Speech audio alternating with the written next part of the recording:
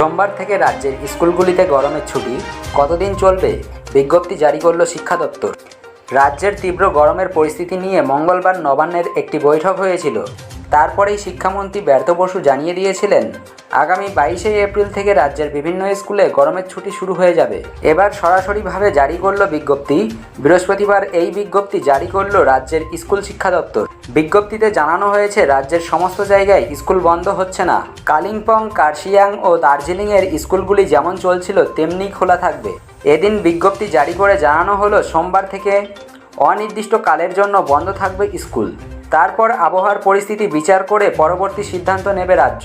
প্রসঙ্গত দক্ষিণবঙ্গের একাধিক জায়গায় তাপমাত্রা 40 ডিগ্রি সেলসিয়াসের গণ্ডি ছাড়িয়ে গিয়েছে। গরমের ছুটি এগিয়ে নিয়ে আসা হলো। সাধারণত প্রতি বছর স্কুলগুলিতে গরমের ছুটি শুরু হয় 6 মে থেকে। তবে এবছর অতিরিক্ত গরমের জেরে স্কুল পড়ুয়া, শিক্ষক, শিক্ষাকর্মীদের স্বাস্থ্যের কথা মাথায় রেখে গরমের ছুটি এগিয়ে আনা হয়েছে। আগামী 22শে এপ্রিল সোমবার থেকে স্কুলগুলিতে ছুটি পড়ে যাবে এমনই জানানো হয়েছে বিজ্ঞপ্তিতে। প্রসঙ্গত কয়েক বছর থেকেই স্বাভাবিকের থেকে অনেকটাই ওপরে আছে তাপমাত্রা, যার জেরে গত কয়েক বছর ধরেই স্কুলগুলিতে গরমের ছুটি এগিয়ে আনা হচ্ছে। এবারও বেশ খানিকটা ছুটি এগিয়ে আনা হলো। আমাদের কাছে আপনাদের সময়ের দাম রয়েছে, তাই আমরা অযথা খবর দিই না, আমরা দিয়ে থাকি পয়েন্ট খবর।